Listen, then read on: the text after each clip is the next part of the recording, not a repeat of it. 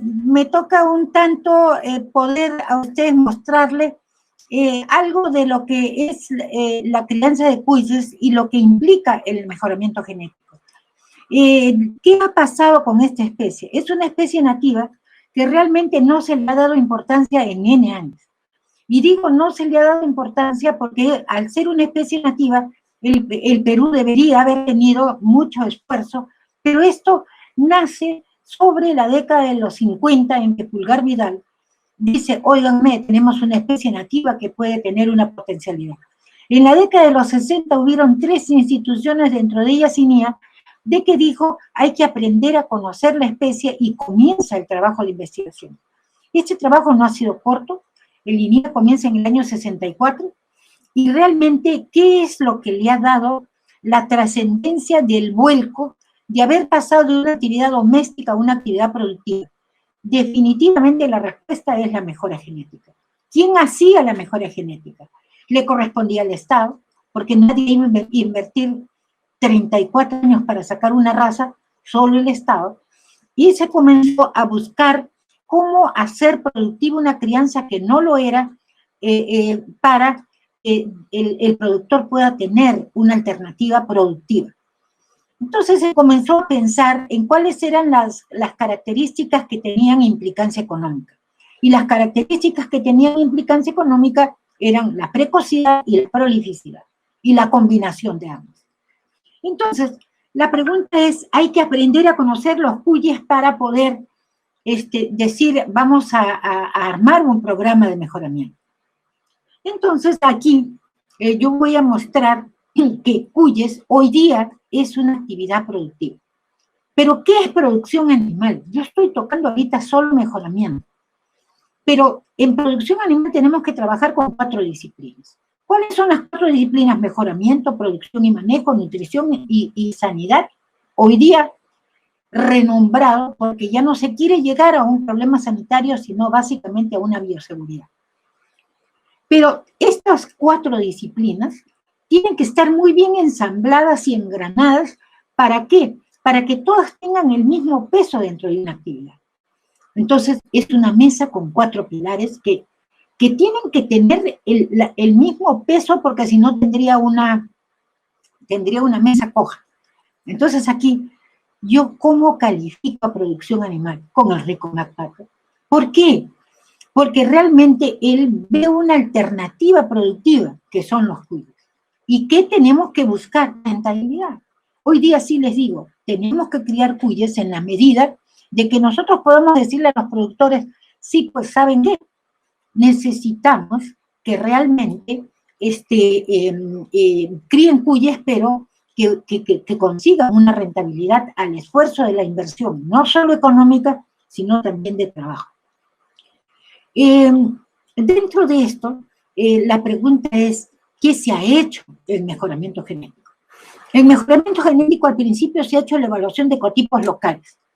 Acá nosotros, en Perú, se les llama ecotipos locales, pero si nosotros hacemos analogía con los conejeros en Europa dijeron, no, pues no son ecotipos locales, son razas geográficas, pero denotaban un origen común de un lugar.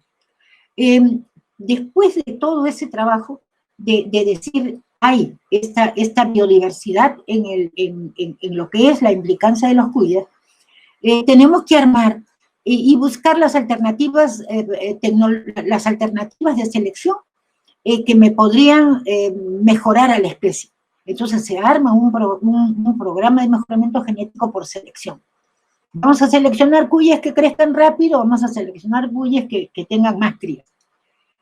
Ya que consolidadas las razas, se está haciendo, y este año, ojalá lleguemos a este año es un año difícil por las facilidades que no hemos tenido de llegar al rural, pero se ha hecho la validación de un cruzamiento interracial. ¿Por qué Perú puede tener un cruzamiento interracial? Porque ha demorado, pero ha sacado sus razas.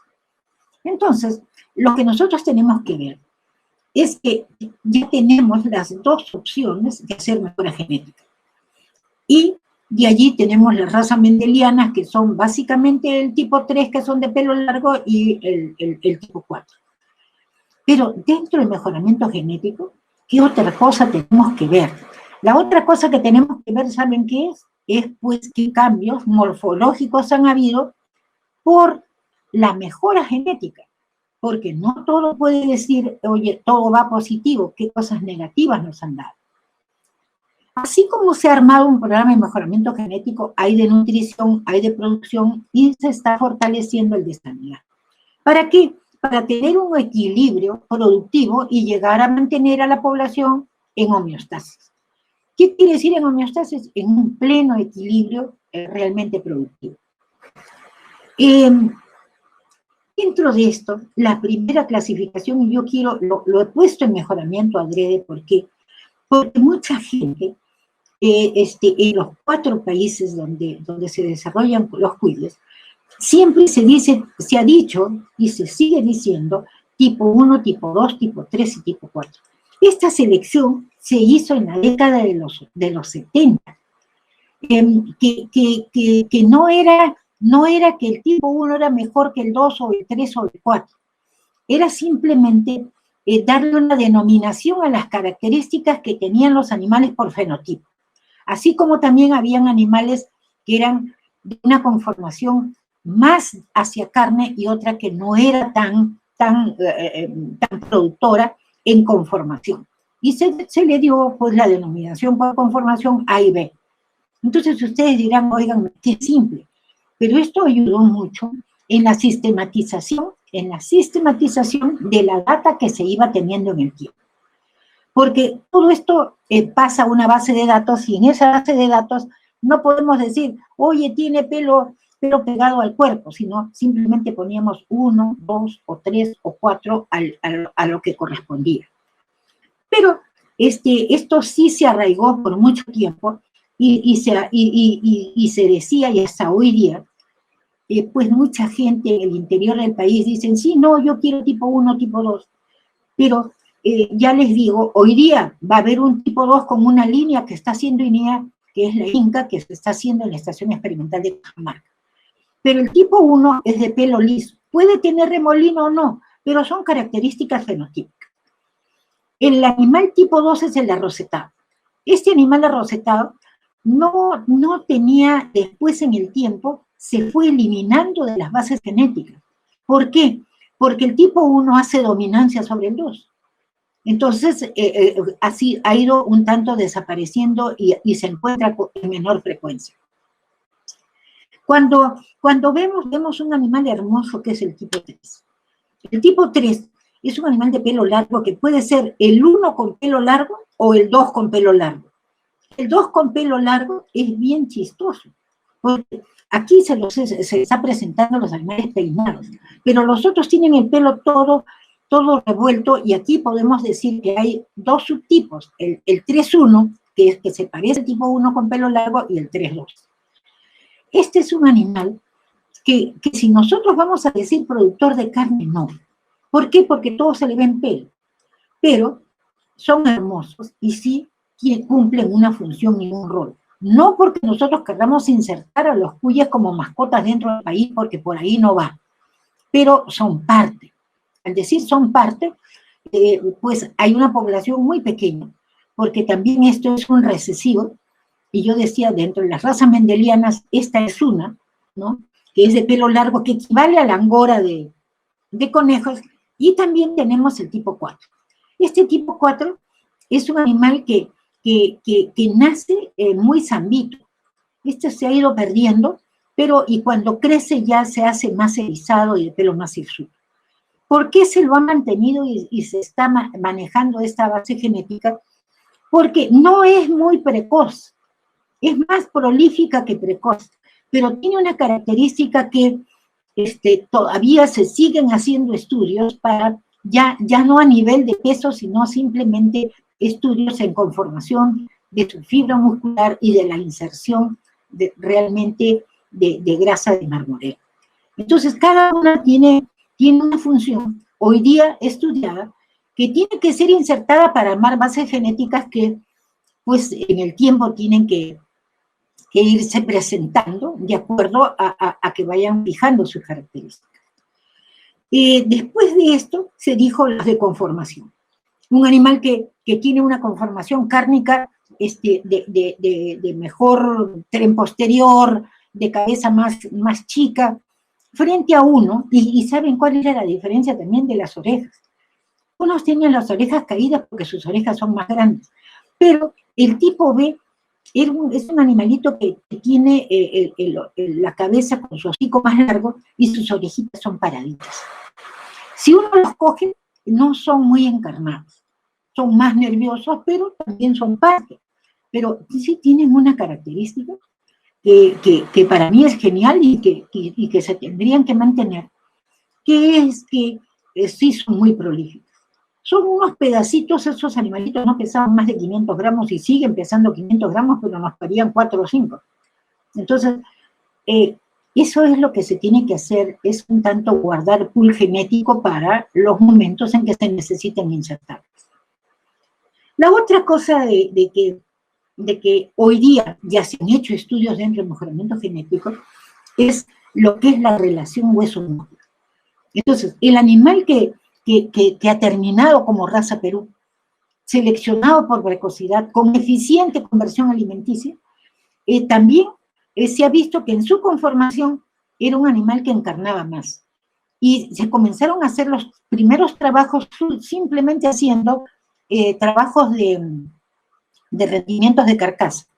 Pero ya después del rendimiento de carcasa, que se hacían las mediciones, se veía de que no había una relación entre el no mejorado y el mejorado, en que la diferencial era grande en peso, más no en longitud. Entonces la pregunta, ¿qué diferenciaba una de la otra? Y se comenzaron a hacer los trabajos de relación hueso-músculo y podemos ver que realmente raza Perú en el miembro pélvico alcanza una relación de 5.6 a 1. Entonces ustedes pueden ver, ya hoy día se dice, óyeme, ya los cuyes tienen carne. Pero la respuesta es sí tienen carne porque la conformación es que tienen mayor relación hueso-músculo, pero tienen otra característica que es muy buena, que es la de sus haces musculares. Hoy día se hacen cortes histológicos y lo que se ve es que la estructura muscular es diferente. Ya no tiene mucho tejido conectivo, entonces a la hora de la cocción no se chupa la carne. Otra de las cosas que se tuvo que ver era también, como parte de la biodiversidad, eran los colores. Pero no que se hayan seleccionado por colores ni dentro de colores. Lo que se buscaba eran características productivas, que es lo que ustedes tienen que ir buscando hoy día en las poblaciones que ustedes puedan tener. La pregunta es, ¿hay una gama de colores? Sí. Hay 5 colores simples, que es el mayo, el alazán, el negro, el blanco, no el albino, sino el blanco, que es de ojos negros, y el violeta. El violeto siempre es de ojos rojos. ¿Y a qué corresponde el violeto? El violeto corresponde realmente a un recesivo del negro. El recesivo, por eso es que es de ojos rojos. Entonces, esto nos sirve para ver las variantes que hay, no porque vamos a trabajar en peletería, pero sí se encuentra que el blanco puede ser mate o hay de un color claro, muy blanco, como más mate, ¿no? Y así se ha tenido que ir clasificando a los animales para mostrar la biodiversidad que se tiene. Después de esto tendríamos que ver los pelajes compuestos. ¿Y por qué necesitamos los compuestos? Porque en un principio no se veía más que vamos a ver de producir carne. Entonces, ¿a qué se le llama el pelaje compuesto? Y aquí sí tienen que tener mucho cuidado, porque en el pelaje compuesto siempre entra el negro. Entonces, es el moro, que es el blanco con el negro, ¿no? Aquí también hay una variabilidad. ¿En qué sentido? En que a veces hay más pelos negros que blancos, y es un moro más oscuro, como que sucede la inversa, que que son las tonalidades del moro. Lo mismo el lobo es el negro con el amarillo y el rano es el negro con el azul. ¿Por qué tener cuidado con esos pelajes compuestos? Porque pigmentan la piel. Y el mejoramiento genético tenemos que buscar realmente que la piel no esté pigmentada porque no pierde su valor comercial. Los combinados son los animales que tienen las manchas en diferentes partes, ¿no? Se les llama también overos, pueden ser de 2 colores, o también hay combinados tricolores, que son los animales que son utilizados mucho como los animales de compañía. Aquí ustedes pueden ver los combinados tricolores, que es lo que en Europa utilizan mucho como animal de compañía. Y si ustedes van a África, encuentran este tipo de animales dispersos como un animal productor de carne. Allí la crianza en África, básicamente lo que es Camerún, Kenia, el Congo, ellos los manejan como un animal todavía pues inmerso dentro de la familia. En palabras simples, ellos están con sus cuyes como nosotros en la década de los 50, 60. Solo lo tienen por seguridad alimentaria, no les hacen ningún manejo. En el caso de los fajados, también, o sea, hay dentro de la variabilidad, hay fajados dobles y triples. Ustedes pueden ver negro, blanco, bayo y negro. Y el que es rojo, blanco, rojo, también es fajado un blanco, rojo, blanco. Pero sus colores están en franjas. ¿Hay una heredabilidad a esta característica? No. Al menos nosotros no las hemos estudiado ni las hemos tocado, porque para nosotros decimos, por ejemplo, raza Perú es alazán con blanco. Puede ser combinado o fajado. O sea, no es como que dicen, oigan, los Holstein son blanco con negro, no importa las proporciones ni las formas, pero son los colores predominantes. Salió este animal que es un tipo himalayo. Es un animal que es también un segregante. Ustedes ven este himalayo que puede ser blanco con orejas, hocico y patitas negras, como pueden ver conejos himalayos, pueden ver hámster himalayos y también pueden ver ratas himalayos. ¿Ya? Esto es una característica dentro de los roedores que segregan y aparecen espontáneamente por efectos de cruzamientos muy endogámicos. Entonces, la pregunta es, ¿por qué no el negro? ¿Qué colores pigmentan la piel? El negro definitivamente, pero también lo que les dije, tengan cuidado con el lobo, con el rano y con el moro. Entonces la pregunta es, si nosotros tuviéramos unas carcasas así, ¿podríamos comercializarlas? No. Mucho tiempo se han mantenido porque se los manejaba dentro de lo que era pues unas crianzas familiares que tenían los animales para autoconsumo. Entonces esto necesitamos conocerlo para entrar a lo que es la parte de mejoramiento genético. Estas son características fenotípicas que nos dan la variabilidad genética que tiene la especie. Dentro de esto, ¿por qué decimos no pigmentar? Porque en el animal que pigmenta la piel, donde ha habido ese color, definitivamente la carcasa queda marcada. Y en muchos casos, cuando ha sido combinado, parece que el animal lo han azotado, le han hecho moretones y ya pierde su valor. Entonces, hay que tener cuidado en lo que tengo que ver de seleccionar y buscar animales que no sean segregantes.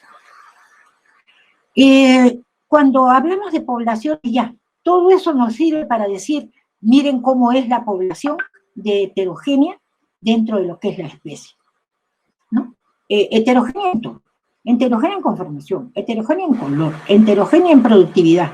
Eso es lo que se encontró, ¿no? Entonces, cuando se trató de iniciar el programa de mejoramiento genético, se tuvo que ver que cómo nosotros teníamos que planificar la mejora genética, y acá sí se hizo en programas de mejora hacia una sola característica productiva.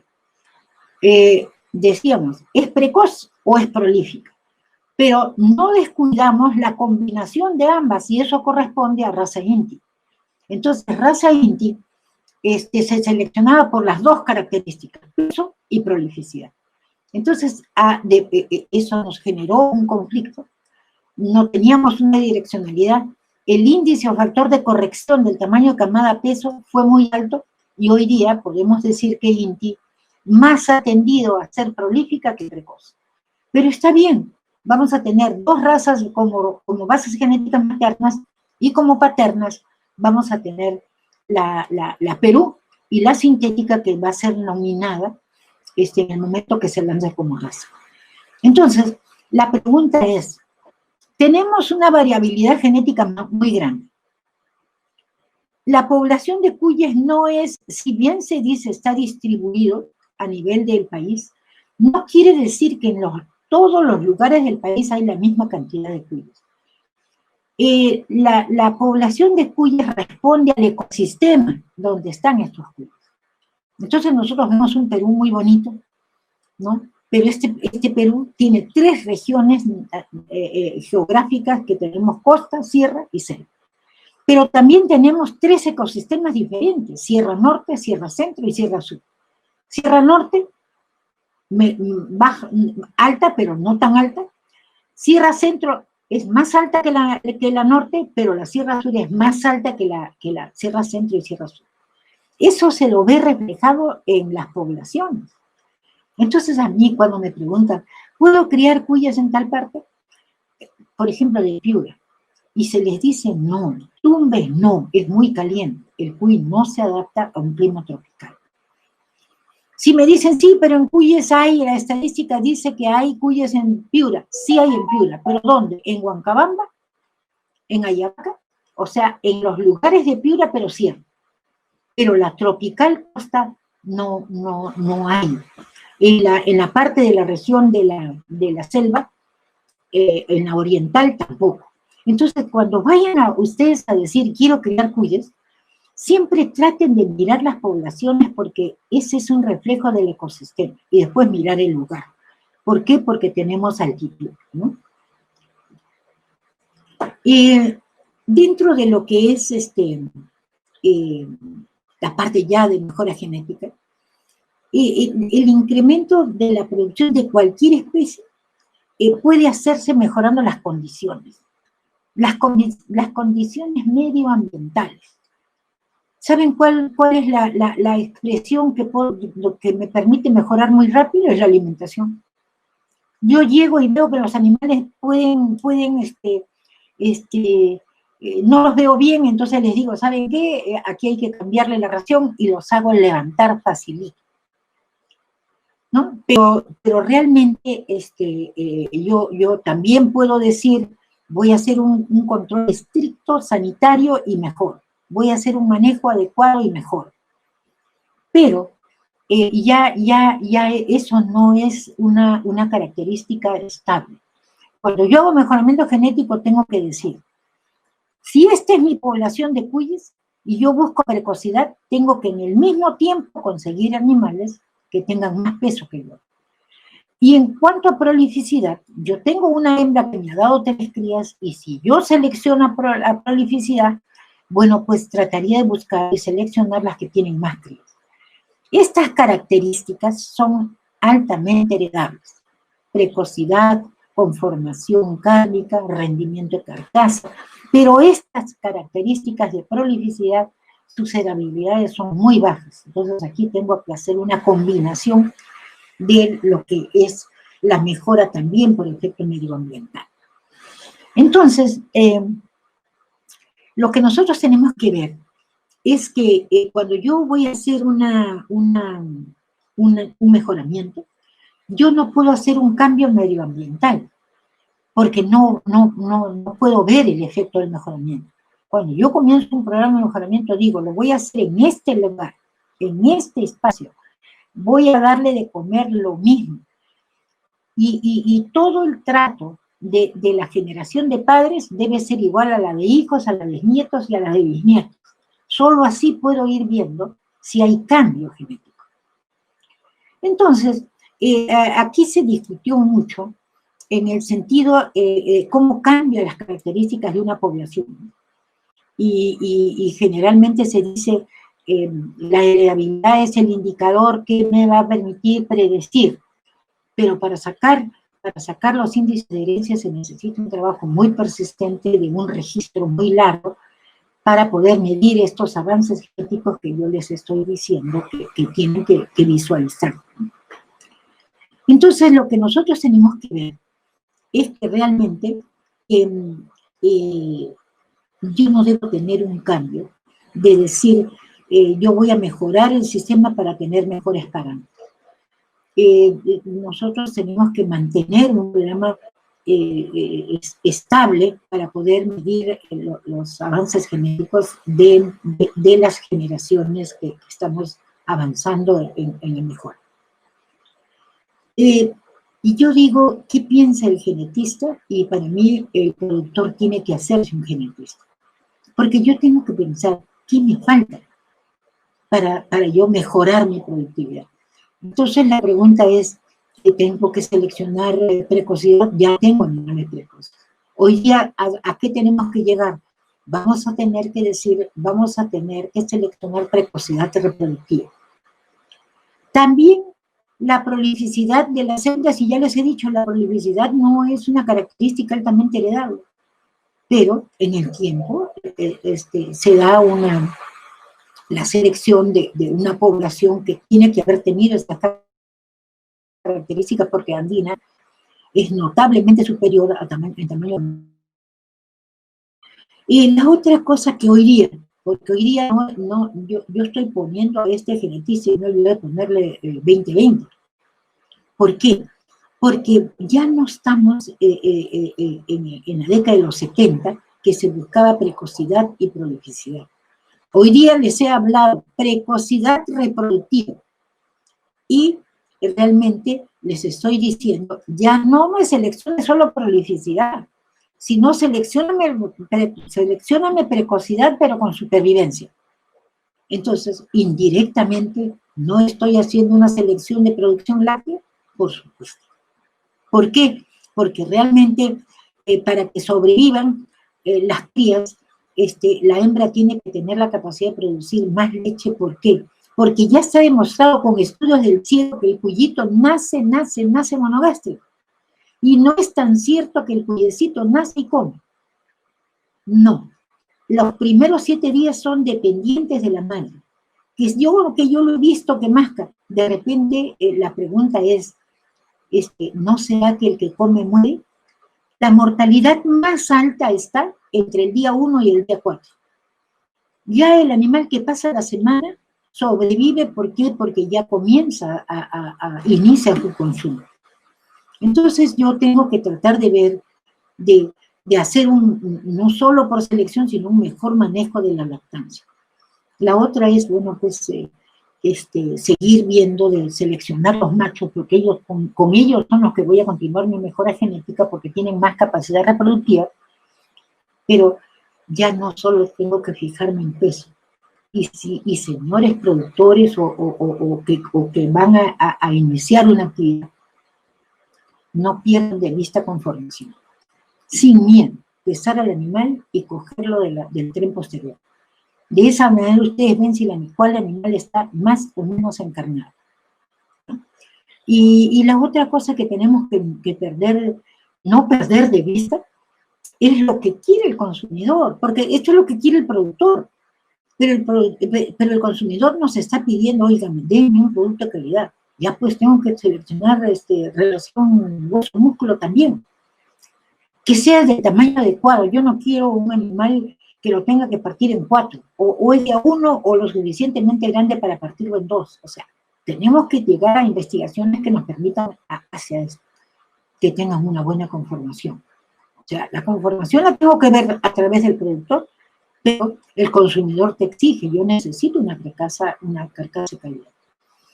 Y hoy día todos están exigiendo que los animales, productores de carne, no acumulen grasa. Y acaba para los cuyeros. La carne, yo sí siento de que se ha mejorado muchísimo la crianza, pero no ha dejado de ser la carne más cara dentro de él. Entonces, ¿qué nos dice el consumidor? Oiga, sí, pues trabajen, ganen, trabajen con eficiencia, pero cóbrennos el precio justo. Y ahí terminaba, porque antes la mejora genética la hacía el genetista, después hizo participar al productor, después tenemos que ver lo que quiere el consumidor, pero hoy día, por bienestar animal, tenemos que fijarnos qué es lo que quiere realmente también el animal. Entonces la pregunta es, ¿qué quiere el animal? El animal lo único que nos pide a nosotros a gritos es, por favor, hazme instalaciones donde yo pueda tener confort térmico y confort físico. ¿Qué es confort térmico? El confort térmico es no hagas que tenga tanto calor, pero tampoco tanto frío. Y la otra cosa es, dame el alimento que requiero y sobre todo, lo único que te pido es que conozcas tu capacidad productiva. No pongas en riesgo mi vida, porque puedo generarme problemas. Dentro de esto, aquí pueden tener ustedes cómo vivían los ancestros, que son los ancestros de los cuyos, de los caviaporceles. Y esto es la variabilidad genética que hay. Mire, pues, todo lo que hemos visto arriba está reducido acá, ¿no? Ese es el bagaje de los cuyas nativos. Lo que yo necesito es ver, eso es lo que, como los miro yo externamente, pero cuando ya miro su productividad, yo también veo de que los animales de las diferentes regiones del país han tenido diferentes características. Los del norte pesaban más que los del sur. Esto se hizo en la década de los 60, 80, perdón, 60 e inicio del 70, y se volvió a hacer sobre los 2000, y se mantienen los genotipos con las mismas características, pero antes a los 3 meses tenían 400 o 700 gramos. Ya en el 2004 tenían pues 700 gramos, pero ya no a los 3 meses, sino a los 2 meses. Hay que tomar en cuenta lo que es la parte de conformación, y finalmente salen las razas, ¿no? Las razas salen Perú India Andina con las características, bueno, de precocidad una, prolificidad y la otra, la combinación de ambas. Esto es realmente, les voy a decir, ya no demoramos 34 años. Pero no dejamos de demorar por lo menos 12 o 15 años sacando una interracial, ¿no? ¿Qué es lo que hoy día se ha estado validando y debe salir una cuarta raza que ya está lista casi para salir? Nos falta hacer las últimas evaluaciones sobre la validación de ellas en campo. La población parte de una población heterogénea. Entonces, ustedes pueden ver y decir, ¿qué es población heterogénea? Miren sus hijos, pues, que todos son de la misma edad y están en quinto primario. Hay unos que son altos, hay el promedio, y hay unos que son chaparros.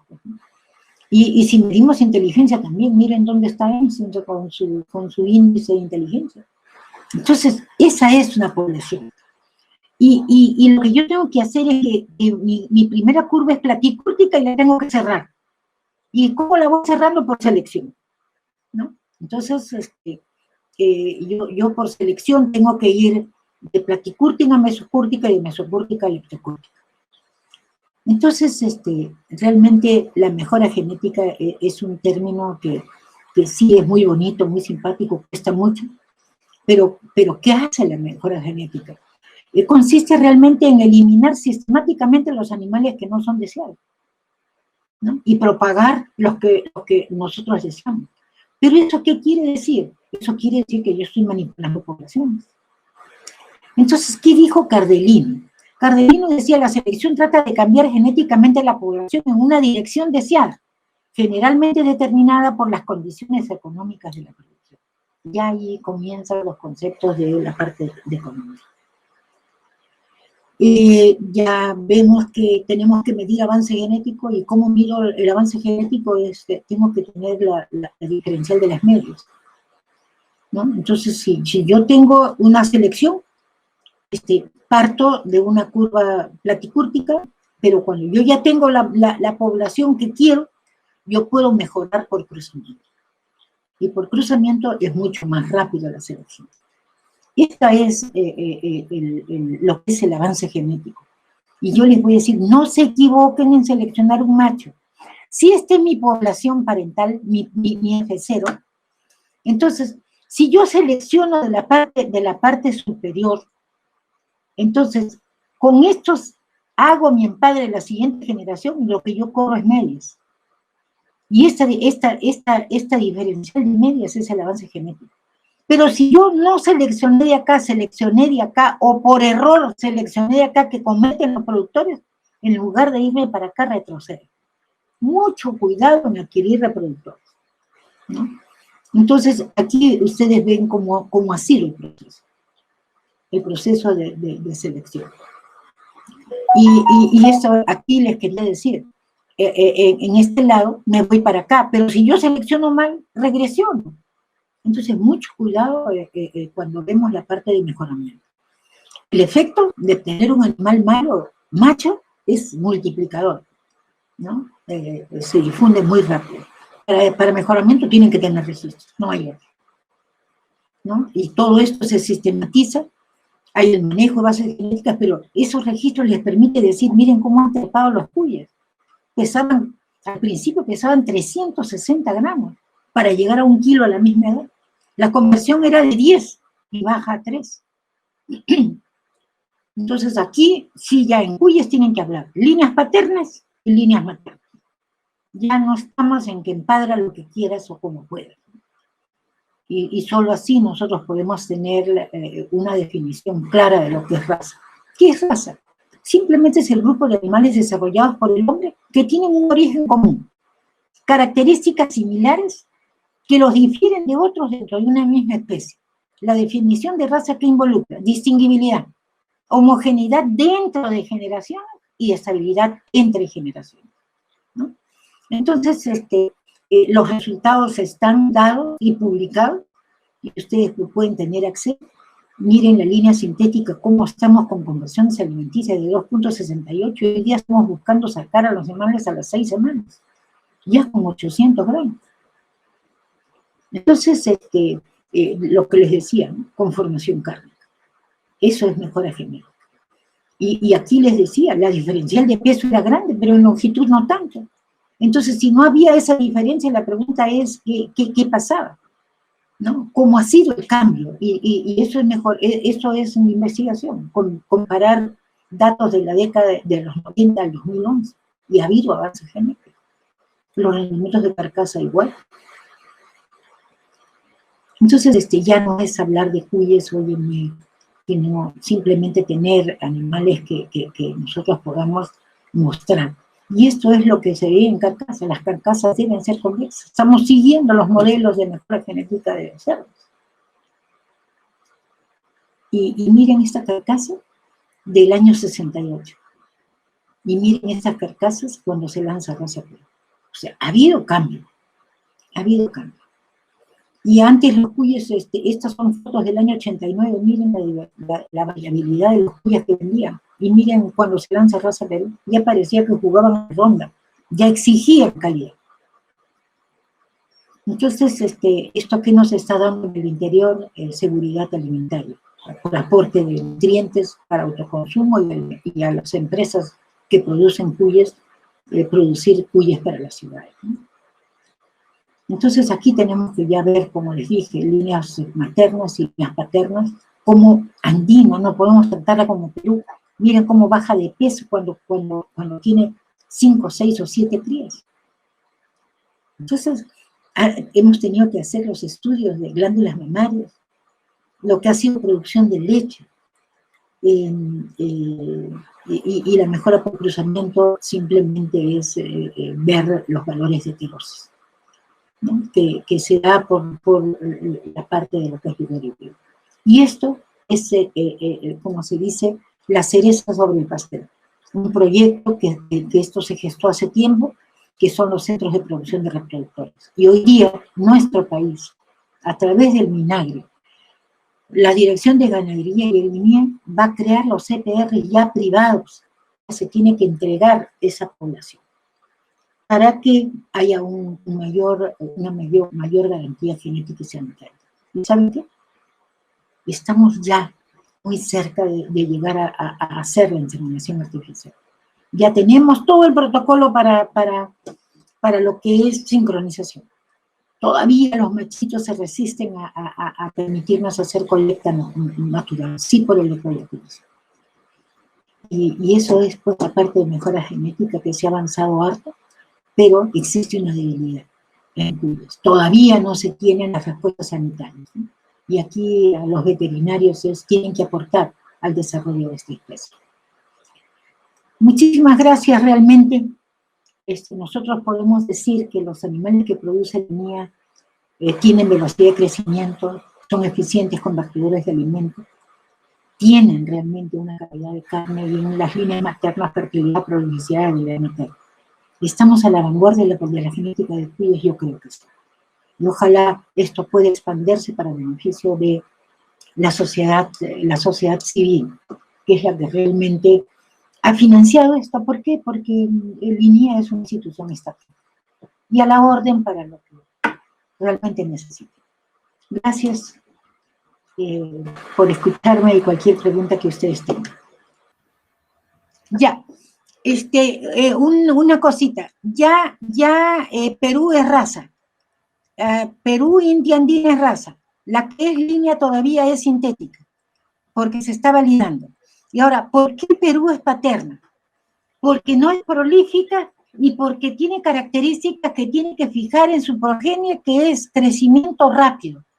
Pero la rentabilidad la da andina. Y yo les pregunto a ustedes, ¿ustedes quieren tener 2 animales de a 1 kilo a las 8 semanas? ¿O prefieren tener, no digo 5, 4 de a 800? O 4 de a 700. En un caso tienen 2 kilos 800. Y ojo, hoy día la comercialización se está haciendo por peso. Entonces ahí es donde les digo de que la prolificidad es la que da la rentabilidad. ¿Y qué hacen las paternas? Entran como rematadores, solo mejorar conformación y eficiencia. No pidan animales gigantes, pidan animales eficientes. Animales que sean extraordinariamente eficientes convirtiendo alimentos. Eso es Perú.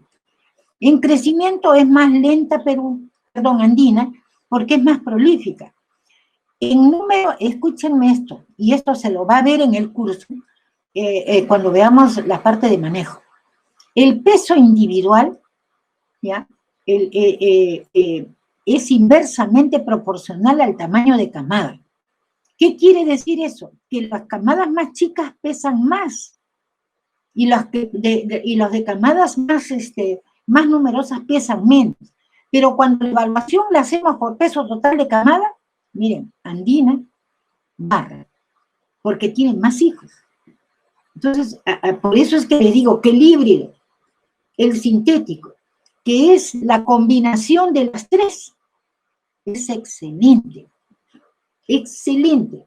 Porque si Perú tenía 2.6, 2.68 de tamaño de camada, y andina puede llegar 3.4, 3.9, sintético llega a 3.1, 3.2. Entonces, ha mejorado notablemente. Y eso es la recombinación genética que se ha hecho de pools genéticos de razas, que esas razas son las aportantes. ¿Qué hace ¿qué hace el cruzamiento? El cruzamiento lo que hace es recombinar este pool genético. Eso es. ¿Alguna otra? Ya. Yo he tenido que pasar muy rápido lo que es la producción de leche. Pero se ha hecho producción de leche en Perú y en Andina. Perú corta definitivamente a los 14 días. Andina levanta hasta 18, 19 días. Entonces la pregunta es, yo todo lo asocio a otras especies, tiene una campaña de producción más larga. Entonces, como tiene más crías, yo les preguntaría, ¿por qué desteto a andina a las 2 semanas igual que Perú? ¿Por qué no le doy la oportunidad a las crías a que se queden unos días más? Y sí, sería una buena alternativa. Pero yo también allí les digo, si hablamos de postpartum, Perú, el 54% hace postpartum. Pero ¿saben qué? La andina hasta el 80. En cuanto a que si la carne de cuy se les pone pescado, les voy a decir, jamás a una ración de cuyes se le ha puesto pescado. Yo me acuerdo que el doctor, el ingeniero Briceño, que era nutricionista, hizo de la agraria, era profesor, hizo un trabajo y me dijo, yo te voy a quitar el mito que el pescado le hace daño a los cuyes. Les hablo de la década de 70-80. Siempre se decía, denles harina de pescado a los cuyes y se mueren. Pero no es que la harina de pescado sea mala, sino que la harina de pescado que se comercializaba dentro del país era la harina de pescado de barriga, no era de calidad. Y no se morían por la harina de pescado, sino por la contaminación que venía de la harina de pescado. Pero les voy a decir, no hay ninguna planta de que utilice harina de pescado en la preparación de raciones para cuyes. Y que si es que se les puede dar alimento balanceado y cambia su ración, yo creo que es un mito. No por el pescado, porque sí, en una época freían un huevo y era un pescadito frito, pero es que hoy día se deodorizan la harina de pescado. Los cultivos hidropónicos son buenos para cualquier especie. Para los cuyes podría ser también, pero muy peligroso para los cuyes. Ya se ha detectado, y no nosotros, ese es el trabajo de Napoleón Corrales de la Universidad Pedro Ruiz Gallo, que hizo su tesis doctoral en germinado. Y el problema no es el germinado de la planta, sino la raíz. Quien trabaja en germinados ve negrita la raíz, y eso ya se ha detectado que tiene mucha micotoxina. Y lo que los mata a los cuyes es la micotoxina, no el germinado. Entonces hay que tener cuidado. La ventilación, ¿por qué digo la ventilación? Todavía, y aquí sí es un mito, que los cuyes necesitan abrigarse mucho. Falso. Los cuyes prefieren estar más frescos. Entonces, ¿por qué la ventilación es necesaria? La costa tiene galpones abiertos, eso lo digo para la sierra. El productor tiene miedo y dice neumonía, porque hace frío, y cierra los galpones. Y los animales se mueren de bronconeumonía, y aquí digo a los veterinarios. ¿Por qué? Porque los cierran tanto que ustedes entran y hoy también no pueden respirar ustedes. Imagínense los cuyes que viven dentro, ¿no? Entonces hay que ventilar, hay que darle las óptimas condiciones para que ellos no enfermen. Que dice que parentesco se debe evitar.